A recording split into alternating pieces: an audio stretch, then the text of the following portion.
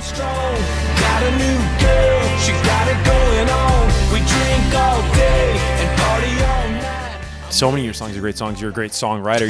You're an award-winning songwriter. And I want to talk about maybe the biggest song you may have written up to this point in your career. That's with Dierks Bentley, or for Dierks Bentley. That's Somewhere on a Beach. Right.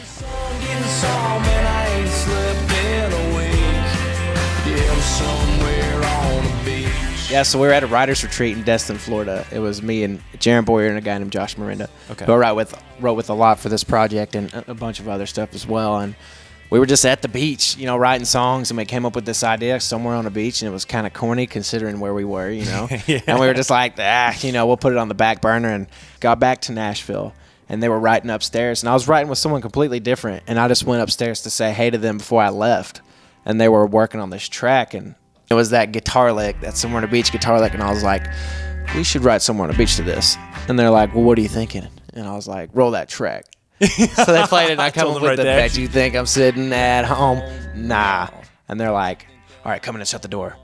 So we get in there, and we wrote that thing in like 2 hours. Yeah, we ran downstairs to my producer's office and was just like, dude, you got to hear this song. Totally. You know, we just wrote this thing. It's awesome. And he's like, all right, play it for me. So he played it, and he's like, okay, that is a big song. You know, I think we need to lock that down for your first single. And so he's pointing to all the writers in the room like, nobody pitched this song to anybody. This is our song. And a week later, we got an email from Dierks Bentley's manager that was like, hey, Dierks heard Somewhere on a Beach, and he's really serious about it being the, you know, first single for the new record. And Knox was like, all right, we're going to have to, Knox, my producer, he was like, we're going to have to think about this. And I was like, okay, let's give it to him. Not a lot of people talk about how hard it is probably to let a song go like that.